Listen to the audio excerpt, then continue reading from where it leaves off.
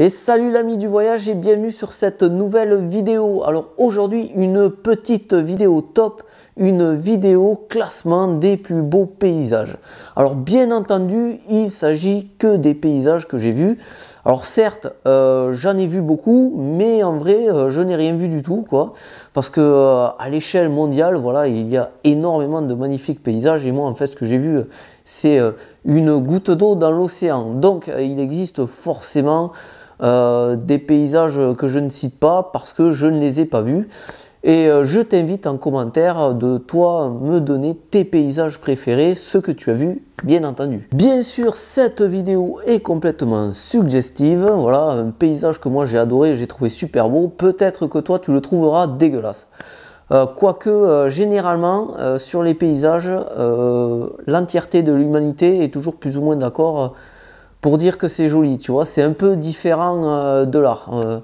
On peut dire que la nature rassemble les gens. Voilà, je te laisse réfléchir sur ça. Et bien sûr, cette vidéo n'a pas pour but de faire le mariole ou de me la péter, du genre, ouais, t'as vu les trucs trop beaux que j'ai vus.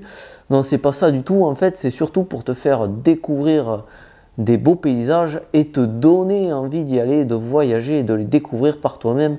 Parce que les photos, certes, c'est joli, pardon, mais c'est jamais aussi bien qu'en vrai. Allez, on commence par le Venezuela où j'ai vu un paysage qui m'a époustouflé. C'est la vue depuis le sommet du Roraima. Alors le Roraima, qu'est-ce que c'est? Eh bien c'est un tépuy et les tépuys sont les hauts plateaux du Venezuela. Voilà, ce sont des montagnes tubulaires avec au sommet, en fait c'est un plateau, c'est pas une montagne en pointe comme on a l'habitude de les voir.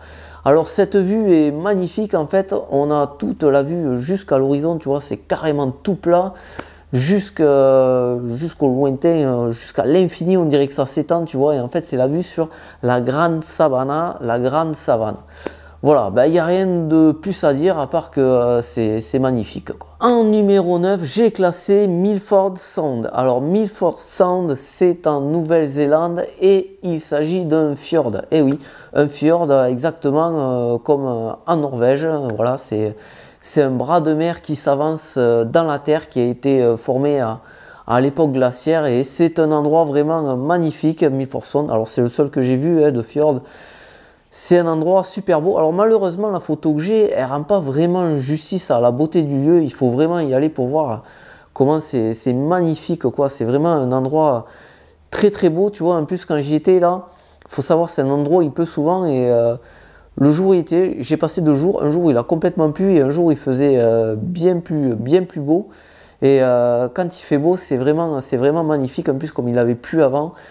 Les sommets, tu vois, ce sont des falaises énormes avec un bras de mer qui s'avance à l'intérieur, quoi. Les falaises immenses, elles débordaient en fait d'eau et donc il y avait des cascades partout. C'était vraiment magnifique. Alors bien sûr, tu peux faire une petite croisière dans le fjord, ce que j'ai fait. Et c'est un endroit magnifique. Je crois que j'ai fait une vidéo d'ailleurs là-dessus. Et voilà, si tu vas en Nouvelle-Zélande, c'est un des endroits incontournables, Milford Sound. Il faut vraiment aller voir ça parce que un fjord, c'est vraiment magnifique. J'ai adoré cet endroit. Ensuite, en numéro 8, on est en France. Et oui, la France a de très beaux paysages aussi. Et là, en plus, on est dans le sud-ouest, hein, à côté de chez moi. Et je te parle du cirque de Gavarnie, qui est un endroit vraiment fabuleux. Alors, tu vas me dire, oui, tu dis n'importe quoi, tu es un peu chauvin et tout. Comme tu es à côté, tu trouves ça super joli. Et moi, je te répondrai, oui. Mais pourtant, c'est vrai, le cirque de Gavarnie, c'est un endroit vraiment super joli. Et encore une fois, la photo que j'ai là, la photo que je te montre, bon bien sûr j'en ai plusieurs, mais j'ai pris qu'une photo à chaque fois pour ce top. La photo ne rend pas vraiment justice à cet endroit qui est vraiment un endroit mais fabuleux. C'est vraiment très très beau le cirque de Gavarnie. Voilà, si tu sais pas où aller, que tu peux pas voyager à cause du Covid, eh bien, je te conseille de venir dans le sud-ouest et de faire un tour au cirque de Gavarnie. C'est un endroit classé au patrimoine naturel de l'UNESCO, donc tu vois, c'est pas n'importe quoi. Et je crois que c'est l'endroit le plus visité du sud-ouest, donc c'est pas pour rien, je te jure, c'est le cirque de Gavarnie, c'est vraiment super joli quoi. Et si je l'ai mis dans ce top, c'est pas pour rien quoi. En numéro 7, on part au Pérou, et au Pérou, qu'est-ce qu'on va voir? Je suis sûr que tu as deviné, le Machu Picchu. Alors le Machu Picchu, une cité incroyable, une cité inca implantée sur un plateau en pleine montagne. C'est magnifique. La vue est magnifique quand tu montes sur ce qu'on appelle la Montaña Machu Picchu. Alors la Montaña Machu Picchu, c'est pas celle que tu vois sur les photos qui est derrière le Machu Picchu, celle qui est devant en fait. Et celle qui est derrière, ça s'appelle le Huayna Picchu. Et quand tu gravis la Montaña Machu Picchu, ça te permet d'avoir cette photo du Machu Picchu et la fameuse photo avec le Huayna Picchu derrière. Pardon, je cherche mes mots. Tellement cet endroit m'avait passionné. Alors moi j'y étais allé très tôt le matin, en fait très tôt le matin à l'ouverture, tu vois, donc j'avais gravi la Montaña Machu Picchu, il y a je sais plus combien de marches et tout, et voilà, et je suis arrivé et il y avait donc cette magnifique vue. Alors c'était un peu nuageux, mais tu vois, les nuages ont réussi à se dégager comme par magie au bon moment. J'ai pu prendre à peu près bonne photo, mais c'est vrai que quand c'est totalement nuageux, c'est un peu embêtant. Tu vois pas grand chose, mais ça reste un très très bel endroit, le Machu Picchu. Encore une fois, je te mets qu'une photo, mais bien entendu, j'en ai plein. J'ai d'ailleurs fait une vidéo sur le Machu Picchu aussi, tu peux la regarder. Et tu verras plein de superbes photos. Et encore une fois, le Machu Picchu, c'est super joli. Donc voilà, c'est un endroit incontournable du Pérou. Tout le monde connaît le Machu Picchu, même sans y avoir été, tu connais les photos, quoi. C'est vraiment super beau, quoi. Ensuite, en numéro 6, je te présente un endroit beaucoup moins connu que le Machu Picchu. Ça se passe en Bolivie et c'est Toro Toro. Alors Toro Toro, c'est une toute petite ville paumée en Bolivie. Pour y aller, il faut environ 6 heures et pourtant c'est qu'en 130 km de la ville, la grande ville la plus proche. Mais voilà, pour faire ces 130 km, il faut 6 heures tellement la route est pourrie. C'est pas une route, hein, c'est une piste. Mais voilà, et quand tu arrives à Toro Toro, tu peux voir ces magnifiques montagnes. C'est incroyable, voilà, tu vois vraiment, comment dire, tu vois que la terre est vivante. Hein, tu vois, c'est ces montagnes qui se sont levées en rencontrant voilà, des plaques tectoniques, deux plaques tectoniques qui se sont rencontrées et une qui est montée par-dessus comme ça, tu vois, c'est vraiment impressionnant. Moi ça m'avait, voilà, plus que beau, c'est beau, mais c'est vraiment impressionnant. Moi ça m'avait, franchement, ça m'a mis sur le cul, quoi. T'as vraiment l'impression que il y a un géant qui a repoussé la terre comme ça fait ces sortes de vagues de montagne. Et voilà, là sur la photo ça se voit pas parce que tu vois, il n'y a pas d'arbres pour donner l'échelle ou quoi, mais c'est vraiment immense. Hein. Ce sont des montagnes, quoi. Hein. C'est incroyable. Moi, ça, voilà, encore une fois, ça m'avait, excuse-moi l'expression, mais ça m'avait troué le cul, quoi. C'est un endroit incroyable. Si vraiment tu vas en Bolivie, il faut aller à Toro Toro, vraiment. C'est un peu du hors sentier battu, mais il faut y aller. C'est un endroit qui gagne à être connu, ou peut-être pas. Parce que comme c'est pas très connu, il n'y a pas beaucoup de monde, et si c'est trop connu, il y aura trop de monde, et ça gâchera un peu la fête, entre guillemets. Mais bon, voilà, c'est le revers de la médaille. Et bien sûr, j'ai aussi fait une vidéo sur Toro Toro. Je t'invite à la rechercher sur la chaîne. Alors, je ne mettrai pas tous les liens des vidéos en description parce que j'aurai la flemme. Voilà, je te dis direct. Voilà, si vraiment tu veux les voir, tu fais des petites recherches. J'ai pas énormément de vidéos, tu les trouveras assez vite. Allez, on attaque le gros, on attaque le lourd. Là, on repart en Nouvelle-Zélande et cette fois, je vais te parler d'une plage paradisiaque. C'est une plage qui se trouve à Bay of Island. Alors Bay of Island, on va dire c'est une région, un lieu-dit où il y a plein de petites îles comme ça. Et tu peux faire une croisière en bateau et t'arrêter comme ça sur les îles. Alors généralement c'est celle-là qui est faite.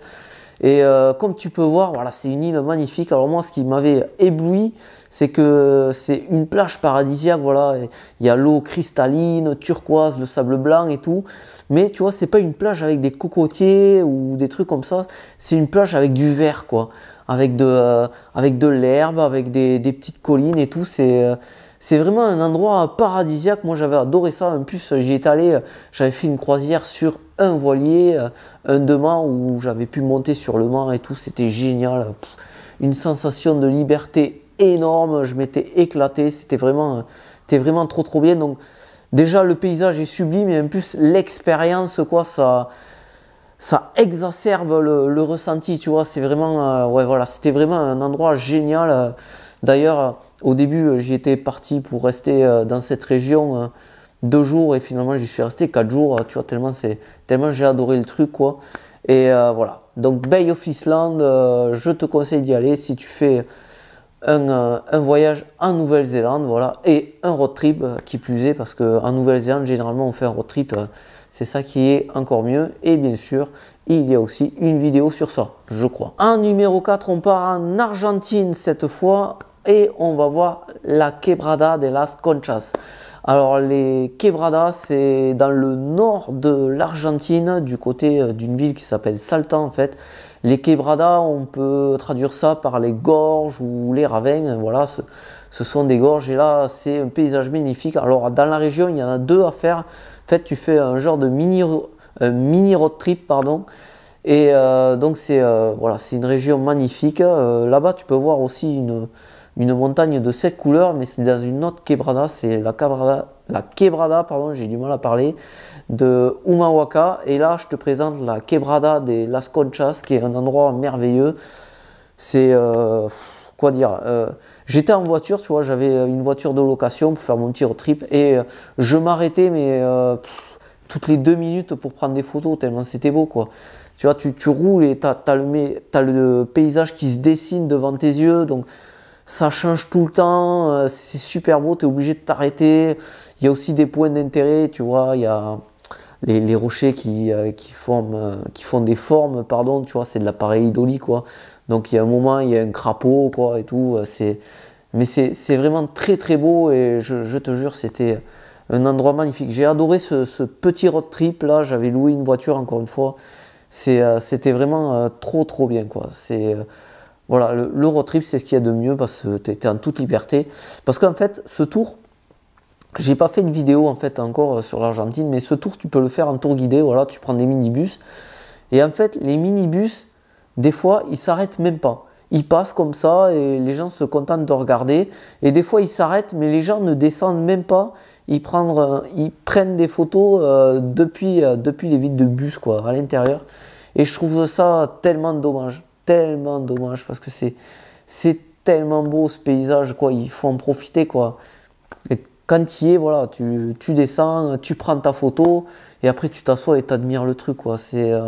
Voilà, moi j'avais adoré cet endroit-là. L'Argentine, c'est un pays super beau, quoi. Allez, maintenant on attaque vraiment le haut du panier. Alors là, on retourne au Pérou et je te montre la Rainbow Mountain, la montagne arc-en-ciel, la montagne aux 7 couleurs, Montaña de Siete Colores. Tu peux lui donner le nom que tu veux, mais voilà, c'est ça, c'est ce que tu vois en photo. C'est une montagne avec plein de couleurs et c'est vraiment magnifique. Voilà, il n'y a pas à dire. Alors, en plus, c'est aussi un défi parce qu'il faut quand même monter à 5200 mètres d'altitude pour avoir cette vue merveilleuse. Et là, encore une fois, je te mets qu'une photo. C'est la photo que tout le monde connaît. Hein. Cette photo, tu peux l'avoir sur tous les réseaux sociaux, enfin, sur Instagram. Tous ceux qui sont allés au Pérou, la Poste et tout, c'est la photo la plus connue. Mais en fait, il n'y a pas que ça. Quand tu es à cet endroit, en fait, il y a tout ce qui est autour, tout le panorama sur 360 degrés. C'est magnifique. C'est un truc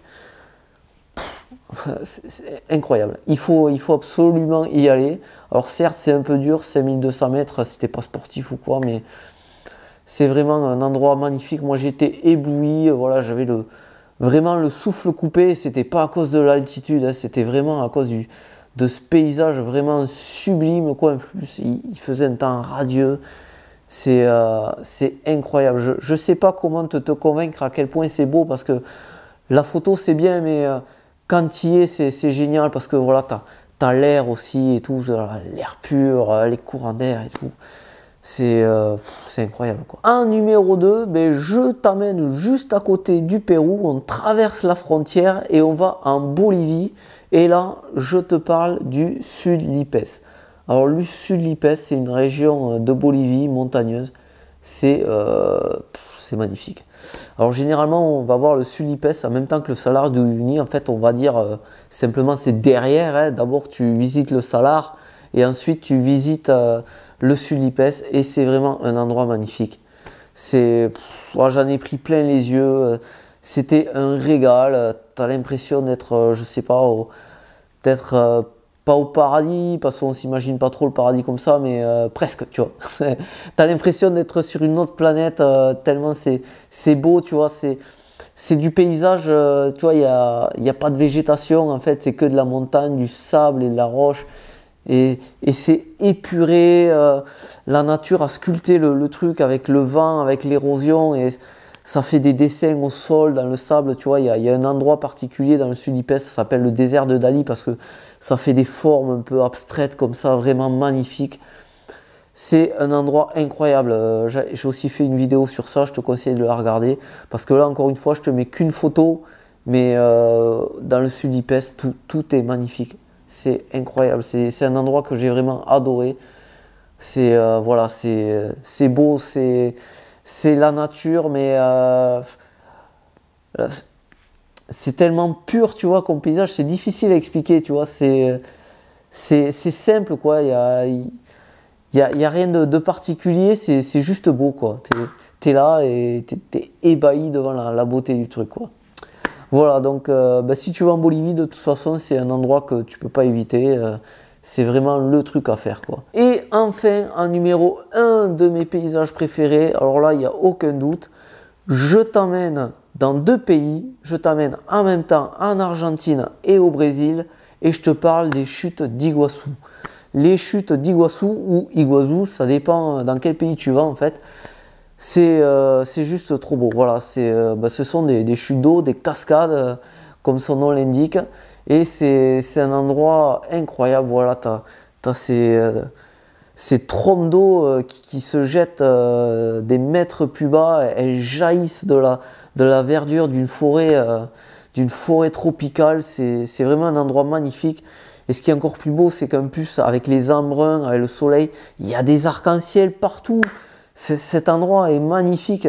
Là, pour le coup, c'est comme ça que je m'imagine le paradis, tu vois. Franchement, c'est vraiment super beau. Il y a aussi des oiseaux colorés partout, des papillons en pagaille et tout. C'est vraiment un endroit magnifique. Et encore une fois, tu peux le visiter dans 2 pays. Voilà, c'est immense. Tu y passes la journée entière. C'est vraiment trop beau. J'ai jamais rien vu d'aussi beau. Franchement, encore une fois, j'ai pas tout vu comme les paysages dans le monde, mais ça ouais, c'est vraiment le paysage le plus beau que j'ai vu. Donc c'est vraiment le truc à faire si tu vas en Argentine ou au Brésil, c'est les chutes d'Iguazu. Voilà, et bien je vais m'arrêter là pour cette vidéo. Alors j'espère t'avoir donné envie de découvrir ces paysages magnifiques par toi-même, parce qu'encore une fois, les photos c'est sympa, mais y être, c'est 1000 fois mieux, tu vois. Il faut vraiment y aller parce que voilà, t'as le son, t'as les odeurs et tout, t'as l'air, t'as tout, quoi. Il faut vraiment voir ces endroits. Et n'hésite pas à me mettre en commentaire tes paysages préférés à toi pour me donner envie d'y aller, quoi. Parce que voilà, j'ai encore beaucoup de choses à voir et des fois, je me demande, mais qu'est-ce que je pourrais aller voir? Il y a tellement de choses magnifiques, donc n'hésite pas à me donner tes idées et à essayer de me convaincre en commentaire pourquoi tes paysages à toi sont mieux que les miens, tu vois. C'est pas une bataille, c'est juste comme ça, un petit débat, tu vois. Allez, donc ben voilà, n'hésite pas à mettre un commentaire, à t'abonner comme d'habitude, à cliquer sur la cloche, un pouce bleu, fais-toi plaisir. En attendant la prochaine vidéo, je te dis à bientôt ici ou ailleurs dans le monde. Et en attendant, explore, découvre, voyage. A plus!